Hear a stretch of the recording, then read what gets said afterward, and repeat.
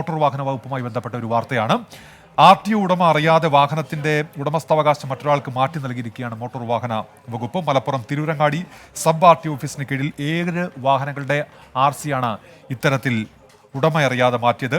ഉടമയ്ക്ക് OTP ലഭിക്കാതെ പുതിയ RC പ്രിന്റ് ചെയ്തിട്ടുണ്ട് എന്ന് മോട്ടോർ വാഹന വകുപ്പ് തന്നെ സമ്മതിക്കുന്നുണ്ട്. പക്ഷേ എങ്ങനെ ഈ പിഴവ് സംഭവിച്ചു എന്നുള്ളത് അറിയില്ല എന്നാണ് മോട്ടോർ വാഹന വകുപ്പ് നൽകുന്ന വിശദീകരണം. അതിന് പിന്നിൽ തട്ടിപ്പ് എന്നുള്ള തരത്തിലാണ് ഇപ്പോൾ പുറത്തുവരുന്ന വിവരം. ആ റിപ്പോർട്ടിലേക്ക്. ഒരു വാഹനം വാങ്ങിയാൽ അതിൻ്റെ RC ലഭിക്കാൻ എത്ര ദിവസം എടുക്കും? പോട്ടെ, ഒരു വാഹനത്തിൻ്റെ ഉടമസ്ഥാവകാശം മറ്റൊരാളുടെ പേരിലേക്ക് മാറ്റി നൽകാൻ എന്തൊക്കെ ബുദ്ധിമുട്ടുകൾ ഉണ്ടാകും? നൂലാമാലകൾ ഏറെ ഉണ്ടാകുമെന്നായിരിക്കും ഉത്തരമല്ലേ? തിരൂരങ്ങാടി സബ് RTO ഓഫീസിന് കീഴിൽ 7 വാഹനങ്ങളുടെ ഉടമസ്ഥാവകാശം ഉടമ പോലും അറിയാതെ മാറ്റി നൽകി. വളരെ സിമ്പിളായിട്ട്. ഉദ്യോഗസ്ഥരാണ് ഈ തട്ടിപ്പിന് കൂട്ടുന്നത് എന്നുള്ളതാണ് നിലവിലത്തെ ആരോപണം.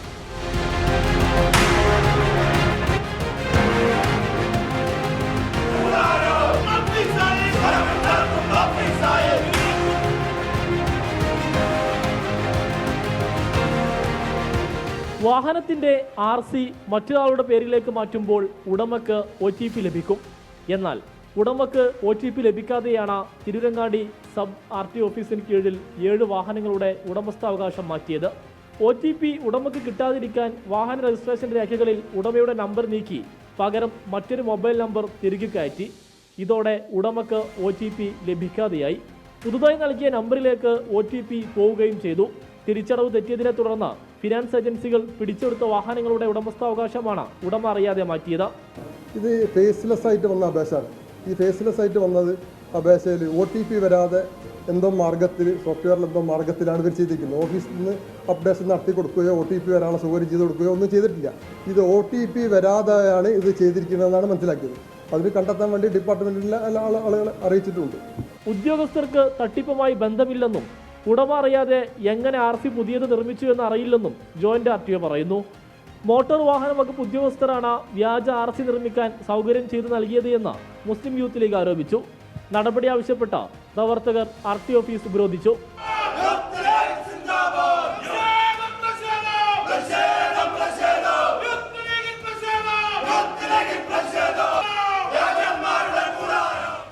തിരൂരങ്ങാടി പോലീസ് ഒരാഴ്ചക്ക് മുമ്പ് തന്നെ ഈ പരാതി കിട്ടിയിരുന്നു, വ്യാജ RC നിർമ്മിക്കപ്പെട്ടിട്ടുണ്ട് എന്നുള്ളത്. എന്നാൽ ആ RC നിർമ്മിക്കപ്പെട്ടു എന്ന് ജോയിന്റ് RTO പരാതി നൽകിയിട്ടും ഇതുവരെ കേസെടുക്കാനോ തുടർന്നുള്ള അന്വേഷണം നടത്താൻ പോലും പോലീസ് തയ്യാറായിരുന്നില്ല. ജോയിന്റ് RTO പോലീസിലും ട്രാൻസ്പോർട്ട് കമ്മീഷണർക്കും പരാതി നൽകിയിട്ടുണ്ട്. മുസ്ലിം യൂത്ത് ലീഗ് ഗതാഗത മന്ത്രിക്കും പരാതി നൽകി. അതിനിടെ പരാതിക്കാരുമായി ചിലർ ഒത്തുതീർപ്പിനും ശ്രമം നടത്തുന്നുണ്ട് എന്നാണ് വിവരം. സമാനമായ തട്ടിപ്പ് നേരത്തെ മലപ്പുറം RTO ഓഫീസ് കേന്ദ്രീകരിച്ച് നടന്നിരുന്നു.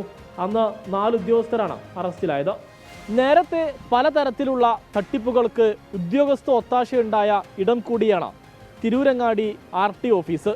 അതുകൊണ്ട് തന്നെ ഈ പരാതിയിലും കൃത്യമായ വകുപ്പ് തല അന്വേഷണവും ഒപ്പം തന്നെ പോലീസ് അന്വേഷണവും നടന്നെങ്കിൽ മാത്രമേ ആരാണ് തട്ടിപ്പ് നടത്തിയത്, ആരാണ് കൂട്ടുനിന്നത് എന്ന കാര്യത്തിൽ വ്യക്തത വരികയുള്ളൂ.